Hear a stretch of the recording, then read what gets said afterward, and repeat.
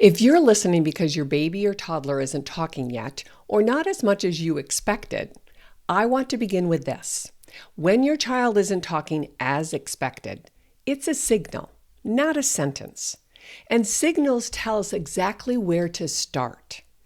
But too many loving parents are being given advice that doesn't line up with how the brain truly develops. And I see the result of that every single week. Every single week. Smart, loving, attentive parents doing everything they were told and still watching their child struggle to move forward. They're talking at their child, but they're not always connecting with their child. They're asking questions, but not always building communication. They're waiting and seeing, all while their gut is quietly saying, wait, something matters here. I need to pay more attention. And the advice they get, just talk more, or read more books, ask more questions, or give it time, he'll catch up. Now, I'm not saying some of those things are wrong per se, but I am saying they're fairly incomplete. And with that incompleteness, it causes confusion and creates doubt. And for some families, it's creating a gap that widens while everybody waits. That's the part we don't talk about enough. Because early development doesn't pause while we try to figure it out. It keeps moving forward, quietly, steadily, sometimes powerfully, every single day. So here's the hopeful truth I want you to hear today. Small shifts in how you see your child, how you respond, and how you use ordinary moments can change the entire direction of building his or her human communication system over time. Not someday, not after several months of therapy, but starting right inside your life you're already living today. And that kind of change begins with one simple step. Being willing to look a little deeper and learn what the brain has needed all along. That's what this conversation is really about. Today, I want to give you brain-based explanation, not opinion, not trend, and not what worked for someone's cousin down the street. But I want to give you the why well-intentioned language advice misses the mark in those first 3 years. And I want to give you a new way to think about communication that will immediately lower the pressure, reduce testing, and help your child feel invited into language instead of evaluated or being measured by it. So welcome to Talking Toddlers. I'm glad you're here. If you're new to the show, welcome. And this is about episode 140 or something. And we're still going strong because parents like you keep showing up with real questions about real kids. I'm a licensed speech-language pathologist with well over 35 years of clinical practice. That means I've worked with hundreds, probably thousands, of babies and toddlers who weren't talking on time. And I've worked with just as many parents who were told to wait and see. But what they really needed was a plan, not a waiting or hoping. And if you're a returning listener, thank you for being here. You know by now that we don't do fluff. We do science, we do strategy, we do practicality, and we do it in a way that actually makes sense for your real life. So let's get into it. Before we go any further, I want to give you a metaphor, and I want you to hold on to this metaphor for the rest of this episode because it's going to reframe everything we talk about here. I want you to think about early communication, speech and language, like a bridge. The bridge itself, that's the right hemisphere. The right hemisphere of the brain is the side that processes nonverbal communication. Think of it as the emotion behind our talking, the rhythm to our speech. the gestures that we use, even the facial expression, and this shared attention when we're connecting, especially with newborns and new babies, those first 3-6 months. This is the foundation to human communication. This is the structure, and it's all processed in this right hemisphere. Now, back to the bridge. Think of guardrails. What are those?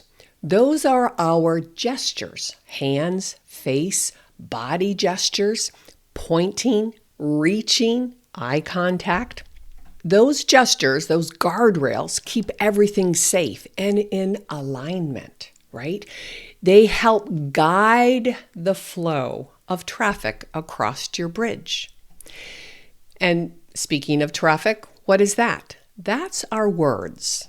That's built in the left hemisphere, and that hemisphere is doing most of the heavy lifting for the sound structure, labeling, putting these sounds together to build those words, and then understanding the sequencing behind the sentence sequencing as well as the word sequencing. It's also organizing the meaning behind the whole vocabulary and grammatical structures. So now here's the part that I think can change everything. You cannot drive traffic across a bridge that hasn't been built yet. And I want you to think about that. Because this is exactly what many parents are being encouraged to do. They're being told, just get your baby and toddler to say more words. But the bridge isn't ready to support the traffic. The guardrails aren't up, so they're not quite sure where to drive. The traffic, those are the words, it's not moving because the infrastructure isn't there yet. So let's talk about how we build that bridge. The brain wires itself on a timeline. It's always looking for patterns. So for about roughly those first 3 years of life, the right hemisphere is running the show. When your baby comes into this world, they don't have speech and language. They don't have the traffic, right? They don't have the bits and pieces. All they have is this this right hemisphere that is striving to connect human. And this isn't theory. This is basic neurodevelopment. We know this to be true, that the right hemisphere is the side that processes our facial expression, our nonverbal communication, the emotion behind all of our vocal play, the rhythm and melody of English versus the rhythm and melody of Spanish. They're different. The prosody, that's the musicality or the music behind speech. There's a prosodic messaging. And then there's the sensory experience. How do the words sound? How do they match up with the motor development? How does it feel in this space where we could be breastfeeding, or we could be bathing, or just cooing and babbling and playing peekaboo? It's a whole body meaning. So the right hemisphere is holistic. It's relational. It's feeling first. Because in those first 6, 9, 12, 15, 18 months, all the way up to 3 years actually, but especially those 18, 24 months, that right hemisphere is building an understanding of how this environment works and how I'm building relationships with the most important people in my life. I don't have the words yet, so I have to connect through nonverbal communication. That left hemisphere, that's the side that handles the structure, the sound structures and how the sounds go together, how they begin to label things and actions. It also builds that auditory discrimination. Are these two sounds or are these two words, are they the same? Is that woman's voice and that woman's voice the same or different? And what about the sequencing? Mom keeps singing this same song over and over again. I'm finding this pattern. It's familiarity. It's building that structure. And then there's grammar, right? How do the words go together to make sense in this sentence? And there's a lot of comparing and contrasting because the brain wants patterns. But this left hemisphere is truly under construction. And those first 3 years especially, it's not offline. It's not working, but it's immature. It's building bit by bit by bit. Where, remember, the right hemisphere, I said, was much more holistic. It was feeling driven. So when a lot of parents say to their child in play, say ball, or what's this, Johnny? What's this? Or mommy might say, tell mommy what you want. Tell mommy, use your words, use your words. We're asking the left brain, that left hemisphere, to perform before the right brain has finished building the bridge. So when we ask for words, which is the traffic, right? The cars moving across back and forth the bridge, but the bridge isn't finished yet, then we have nothing to rest on. And so when your child doesn't respond with words, the problem isn't motivation. The problem isn't being stubborn. The problem isn't even resistance. It's timing. It's wiring. It's who is leading the charge here. So one of the most common worries I hear is that a mom or a dad will say to me, he knows what it is. I know he knows it. He said it yesterday, or he said it last week a couple of times. Why won't he say it now? He's just being stubborn, isn't he? And I say, no. Yes, 1, 2, 3-year-olds will dig their heels in the sand and be adamant not to perform or give it to you on command.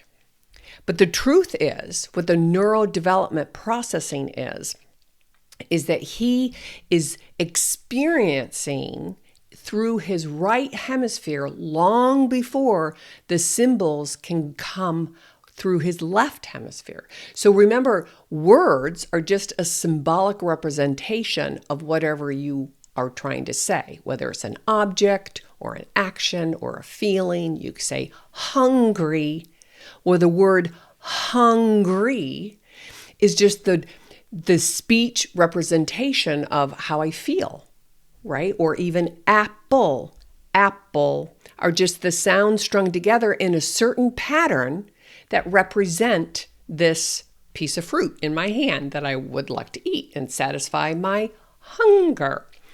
Those symbolic representations are words, are vocal, but they're also through action and gesture.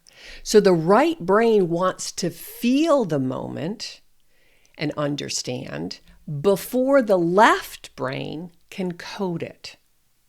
And so if we're constantly asking for the code, the words, right, or the traffic, before the experience has been processed to build that understanding and connection, then we're putting pressure on a system that isn't ready yet. And so do hear me when I say that it doesn't mean that your child can't learn these or, again, is being resistant. It means that we, the parents, the adults in his or her life, need to feed and nourish the system that is more ready. That right hemisphere. It's available to learn, and it's much more holistic. And this is exactly why I often teach parents what I call the 3 Ps of early communication. To be present, you as the caregiver, to be purposeful and playful inside everyday life, everyday activities. That will help them structure this right hemisphere as we're building the left hemisphere. Because human communication doesn't grow from more pressure. It actually grows from the quality of those small shared moments built throughout your day, day after day. And so this is where, of those 3 P's, I want to talk today about being more purposeful. So when I say purposeful, a lot of parents will come back and say that they think of it more as like a planned activity, right? Let's play Legos, or set up a station. Let's do sensory play, or workbooks, or flashcards. That's not the purposeful that I'm talking about here today in those first 3 years. Purposeful means here that my words, when I'm engaged with you, have intention. That my tone, that right hemisphere information, has meaning. And that my presence with you matters. That we are connected.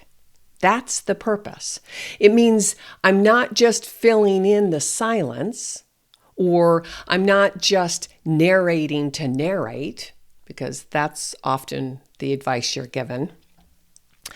It truly means that I'm giving my child the kind of language their brain is wired and ready to receive right now at this developmental stage of this journey. So try to look at the difference between those 2 opportunities, those 2 events. So instead of testing language or asking of language, we're actually feeding and nourishing the connection that's going to support that language. So we nourish the right hemisphere before we build out the structure of the verbal communication. It's still being built, just in a different processing system. So here's what it could sound like for you at home. Instead of saying, "What's this?" or "Can you say water?" Water. Watch mommy. Water. And we all do this. Parents, teachers, therapists alike. Instead of that traffic flow that isn't quite ready to move across the bridge, we want to say something more like, "Oh, wow. Look at the water is splash, splash. Ooh, the water is cold, cold. Ooh, my hands are wet. Let's shake, shake. Brr, cold water." So think of those 2 comparisons. Why does the second one work better for them at 1, 2, and 3? It's because you're giving the rhythm.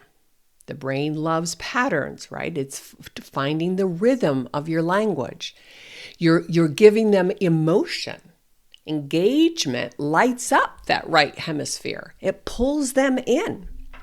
You're giving them sensory detail. Through the words, yes. Cold, wet, brr. Those are body-based words. You can connect them with movement and connect them with your body. It makes more emotional sense. And then in that moment, you're not just labeling things, you're building connection with them. You're in it together. You are laying the concrete for the physical bridge. And so when the bridge is strong enough, when that right hemisphere foundation is solid, then traffic begins to move on its own. And in the beginning, it might just be a few cars here and there. It might be 1 lane or 2 lanes. But you don't have to force it. You don't have to test it and drill it. The brain does what it's wired to do in that time. When it's ready to process, when you have given it the right nourishment, then it will develop. So let me give you a real world scenario. Say you're at the park and your child wants to go down the slide. The old way, kind of the classic way, would be, oh, what do you want to do? Oh, do you want to slide? Say slide. Slide, honey. Right? You might just be labeling things. You might be asking them to repeat or imitate you on command. That's very common. Parents, teachers, and therapists do it all the time. But the new way I'm suggesting is that you say, wow, look at that slide. Let's go up, up, up, up. Whoa. And now, whee, all the way down. Whoosh, you slid. Whee. That's a whole different experience. I'm not avoiding words. I'm still using them, but they're embedded inside the emotional experience. Finding the rhythm, bringing the interest to them auditorily, and feeding that right hemisphere. It's a shared experience with them. That's what I mean by purposeful language during these early years. And that's how the right hemisphere wires and strengthens and learns its processing. So when the left hemisphere starts to really load up, you start sending traffic across the bridge. And like I said, it might just be 1 or 2 lanes in the beginning, and you're going to keep building it out. And that's what happens. That first birthday, that second birthday, you have 20 words, you have 50 words, and the traffic starts flowing. But the right hemisphere, the bridge itself, the infrastructure, has to be solid.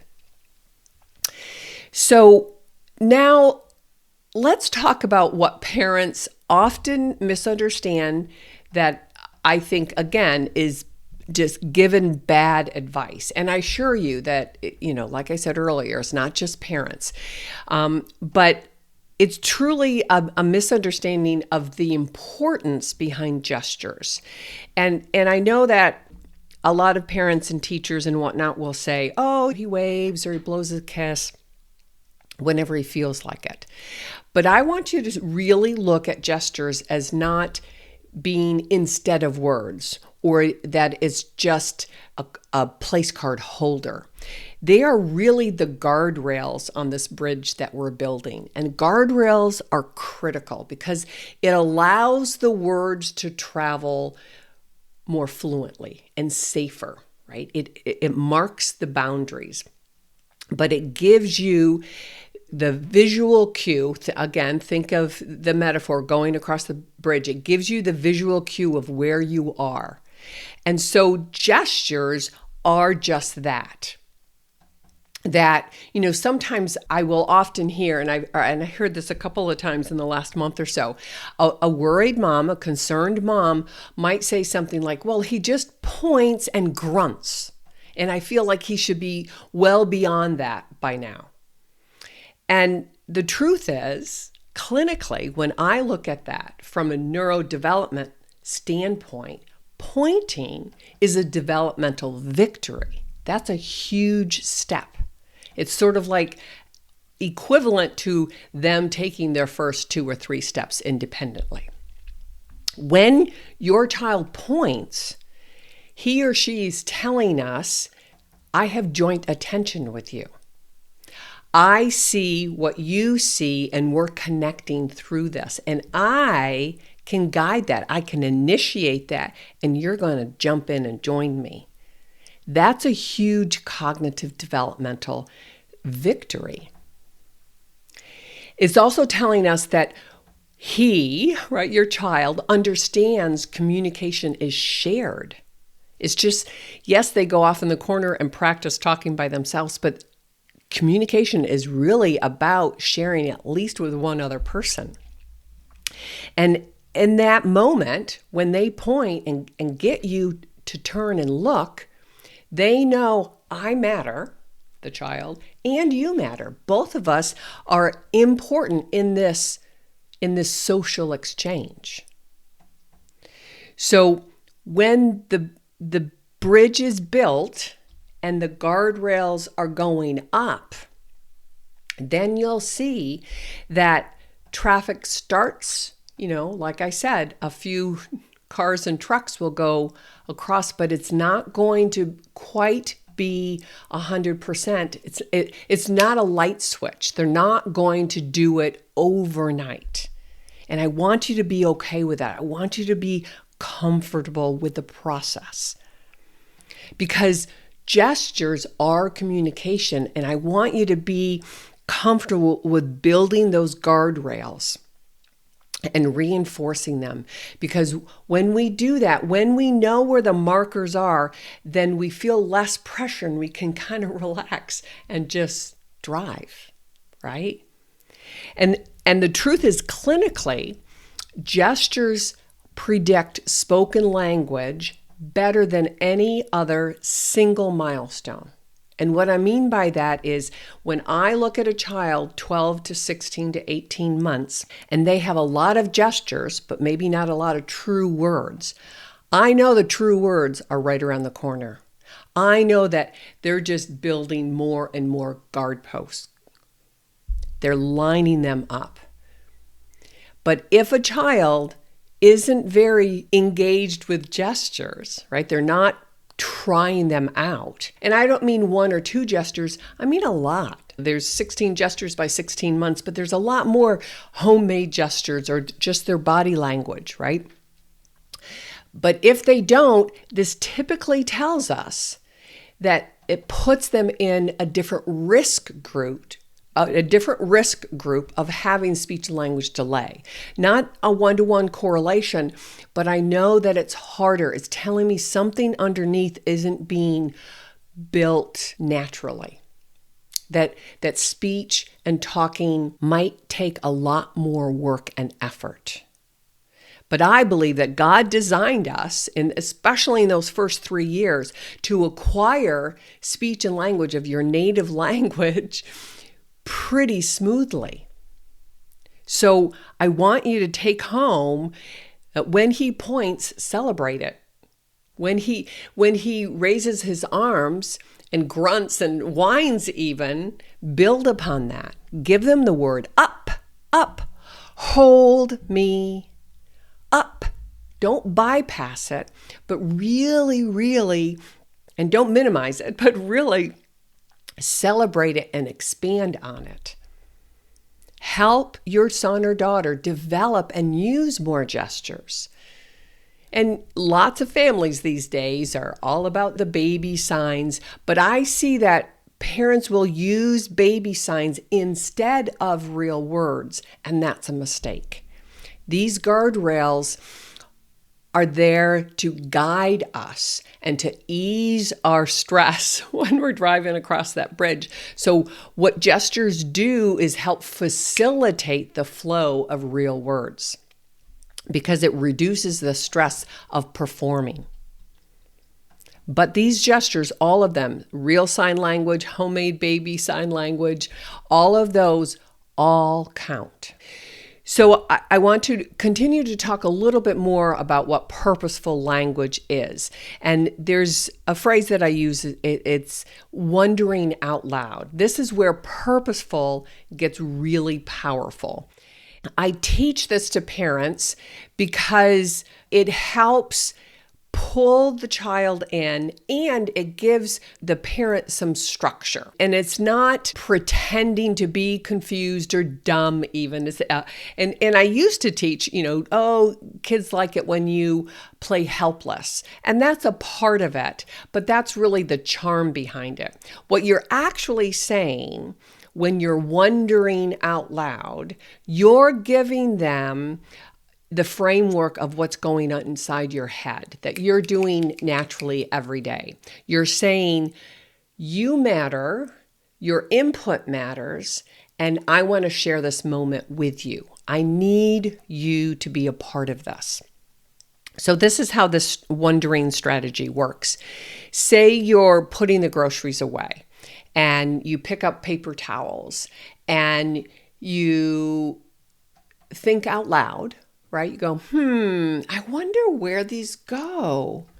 And you look at your daughter or son And then you maybe look at the fridge and you open it up and you say, does it go in the fridge? Nah, you close it.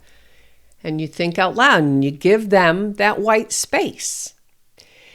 Now, this isn't testing your daughter or son, right? You're really inviting them in to participate, to help you, to engage with you. You're inviting them in to help you solve a problem. Maybe they use a gesture. Maybe they point to the pantry door. Or maybe they use approximated language. Cub for cupboard or something. But they enter the shared thinking space. And that's what communication is. It's like, let's think and share together, right? And we're ultimately, yes, we want the words, but we have to show them how to get there. So you didn't say, where do the paper towels go, right? You put them on the spot. Okay, where's this go? Where's this go? Which I've seen a lot of parents try. But you invited them in. And it just takes an extra moment or two. You say, I wonder where this goes. Do you know? Right? This matters, remember in the bridge metaphor, because gestures are their guardrails, like I said. And when you honor gestures, when you respond to them, when you expand on them, then it's strengthening the security of everything, like I said. And so strong guardrails make the bridge safer for words to travel. And so when you're just inviting them in to think about the process, I wonder where this goes. And they don't have to say anything, right? You're not delaying their spoken language. You're actually supporting it by bringing them in and showing you by pointing or approximating, like you said. And it really pulls them into the engagement. And that's all that right hemisphere. And the stronger this is built, because this is the backdrop to understanding and comprehension and social human connection. It's just changing your language structure to make it more interesting and inviting. And at that stage, or in this context, any response, whether it's the paper towels or which snack do you want first, any response counts. A look, a reach, a point, a grunt, a sound, a word, right? Because ultimately the goal is the word, but you know that they need hundreds and hundreds and thousands, actually, of trials to get there. So in these first 24 months and 36 months, the goal is more intentional communication and really wiring that. And when we create space for that, then we make the whole environment more comfortable. There's lower pressure. There's more connection. And then the brain actually wants to fill in. When you say, I wonder which one you'll pick first. And there's that pause. And they want to jump in and participate. Let's connect this to how the brain actually learns language, because this is really, I think, the piece that is misunderstood. When parents are often given the advice, wait and see, I think that becomes dangerously misunderstood, because both parents and the professional, usually the pediatrician or the teacher or a therapist, will say, let the kid figure it out, or at least that's what is implied. But the truth is, the brain learns language through something that we call statistical analysis. And this is especially true for that auditory processing, that predominantly left hemisphere. And that it's always collecting data, right? It wasn't offline. It's just collecting smaller and smaller bits of data to make it more useful. So here's what statistical analysis means in this context, that your child's brain is constantly, and I mean constantly, asking, what are these sounds that I'm hearing? And what sound comes first? What sound comes second? Do these two sounds go together? Have I heard that before? Are they different? Are they the same? Is it relevant? And so it's always building this analysis, right? Statistical analysis. I'm pulling patterns out of all the words that are being spoken to me, and I'm trying to figure out the code. And that's what decoding is, right? But it's slow and precise and demanding work. It takes a lot of mental bandwidth and thousands of exposures. And so for many children, they're not just coding one language. They might be coding two or more in some cases. And I get a lot of emails. And so I want to answer this question directly. In those first 3 and 5 and all the way up to 7, we know that learning a second language up to 7 is a lot easier because the brain is so ripe and ready to code spoken language, the human language. But what it takes is time and consistent exposure and a lot of repetition. And here's the key. It takes low pressure. So notice what is not on that list, right? I said that it takes time and exposure, repetition, and low pressure. What's not on that list is drills or testing, flashcards, or pressure to perform. It's natural. So the reason why lessons or drills or flashcards don't work at this age in particular, but that routines do, is because language processing, which is the spoken sounds that are strung together to make words, that are strung together to make sentences. But language grows inside predictable and meaningful patterns. Like I said, the brain is looking for patterns, statistical analysis, because if it's haphazard, they will never code this language. So it has to be consistent.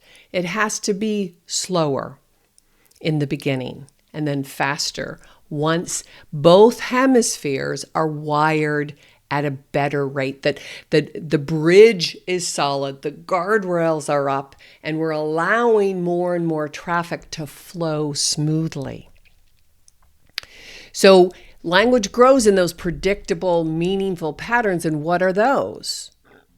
Bath time, mealtime, bedtime, car rides, grocery trips, putting laundry away, setting the table, those everyday routines. And I've always looked at that as that's the real language lab.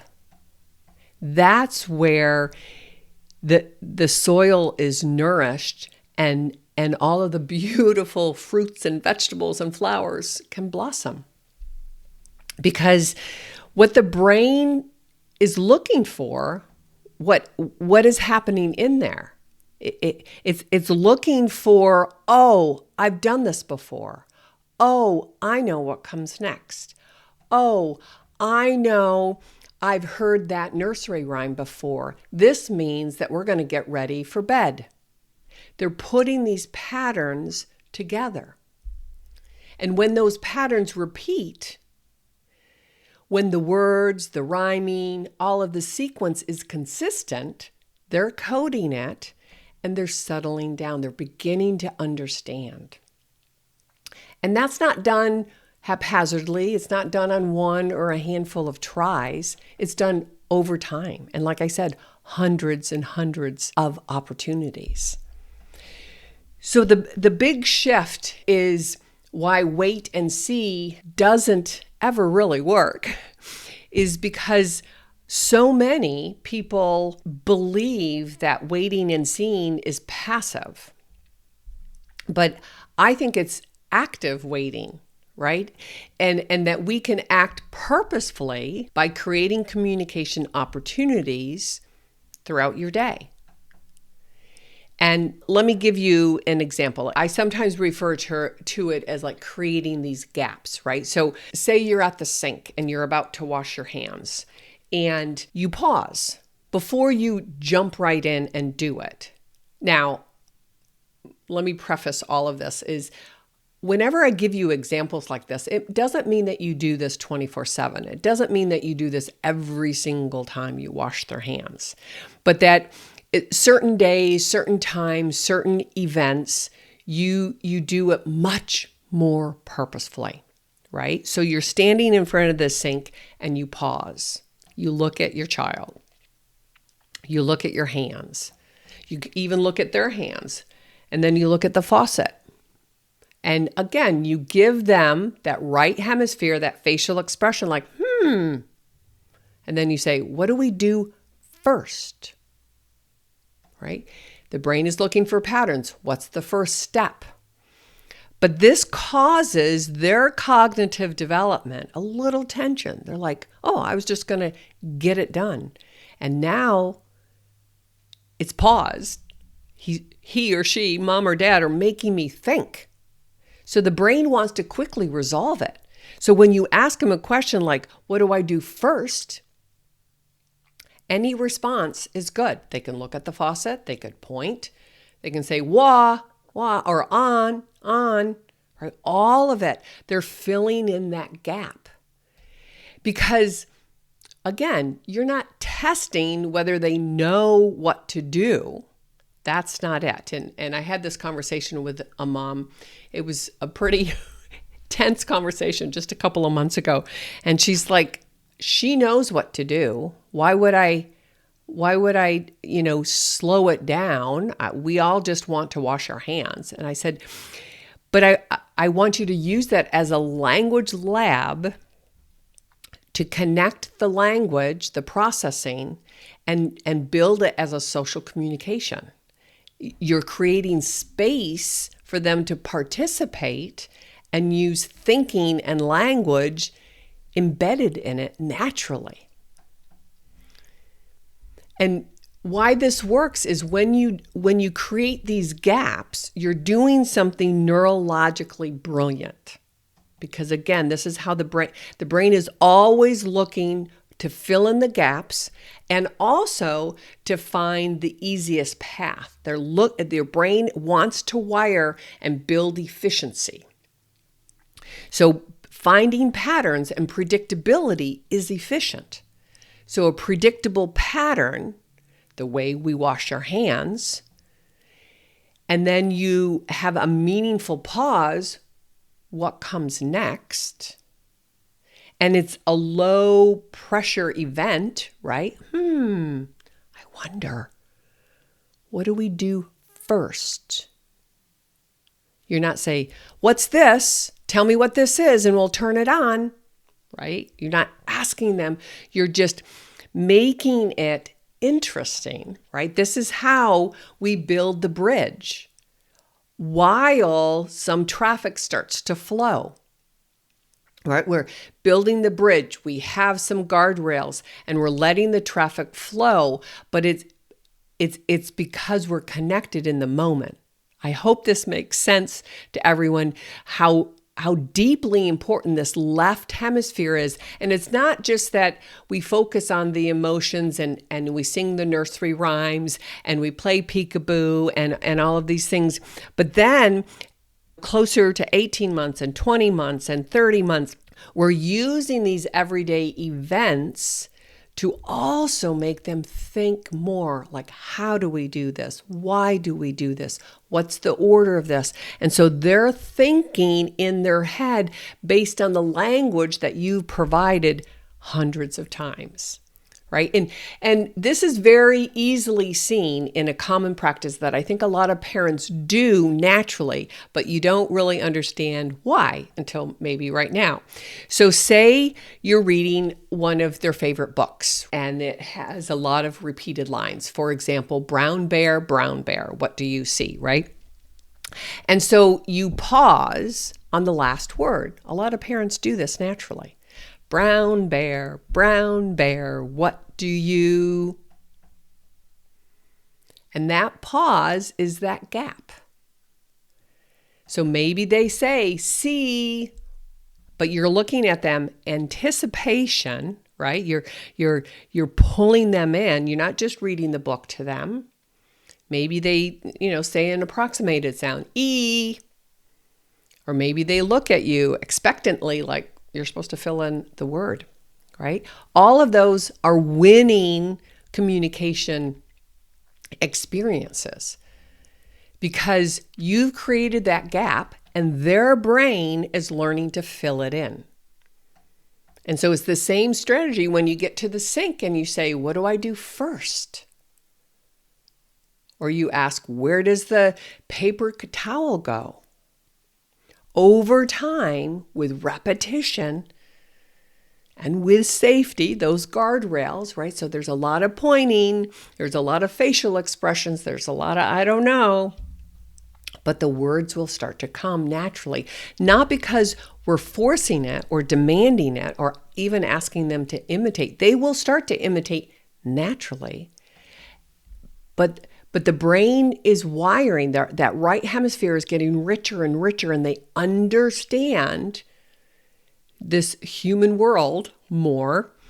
And then the structure of the words are being coded in that left hemisphere. And those two hemispheres are talking to each other. And one of the ways that we've always shared here is one of the ways that we build that right and left hemisphere communication is through motor play, right?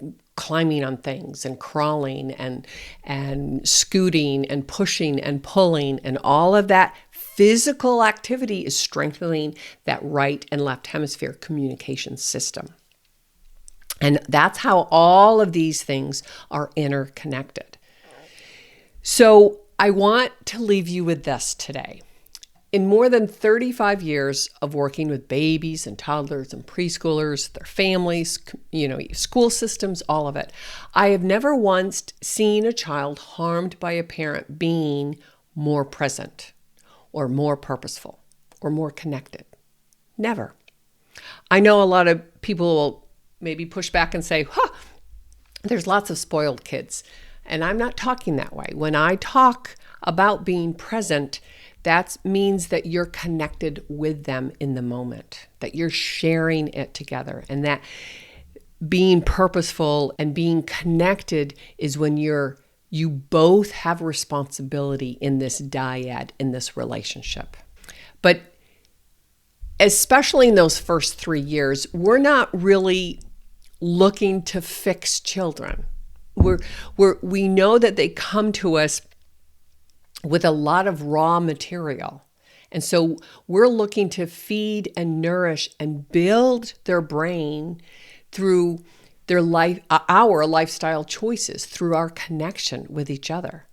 And when your baby's brain is fed correctly through good, healthy nourishment and food, but good, healthy nourishment in relationship, when it gets the right input at the right time, in the right way.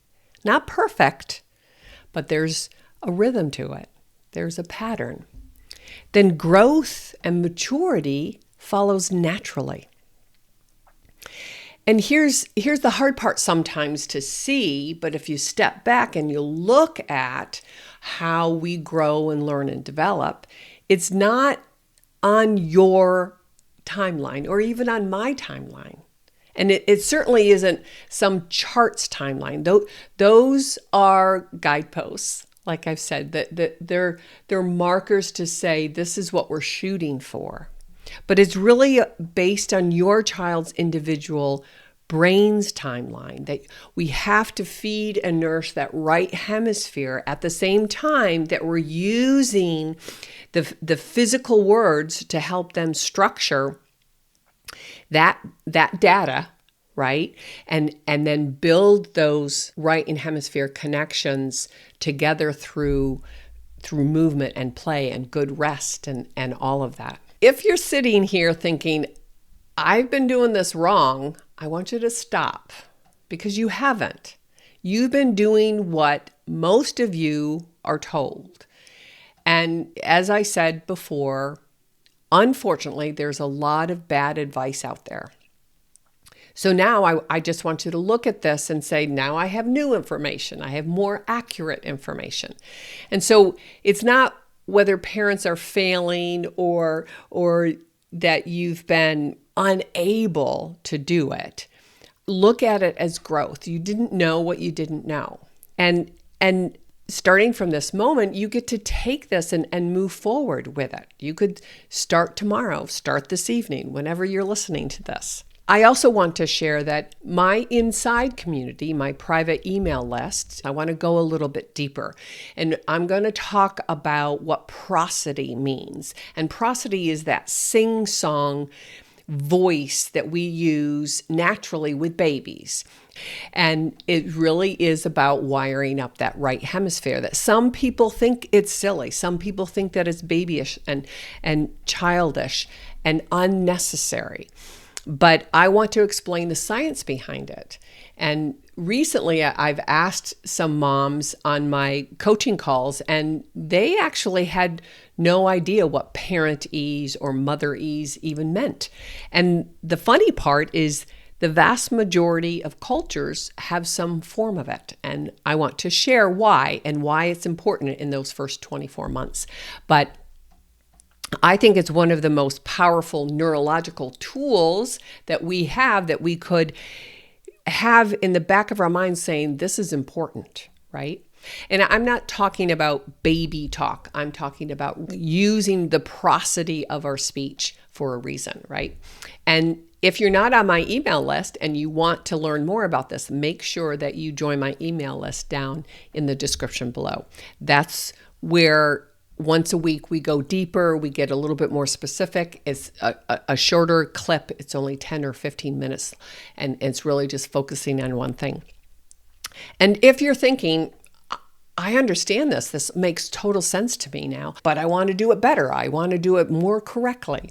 That's exactly why I'm hosting my workshop coming up on February 13th, just this week. I think this episode will be launched or published launch week. So this is where I walk with you side by side so we can begin to implement these strategies right away in your everyday life. There's no guessing, no overwhelm, just clear, purposeful action steps. You'll walk away with a plan, and you'll leave feeling much more comfortable and confident in how to implement these things. And so you'll find the details down below in the description. I'd love to see you there. December 13th, my 90-minute workshop. So for today, thanks for being here. Thanks for showing up for your child. And thanks for trusting me to walk with you. And I look forward to seeing you in the next Talking Toddlers.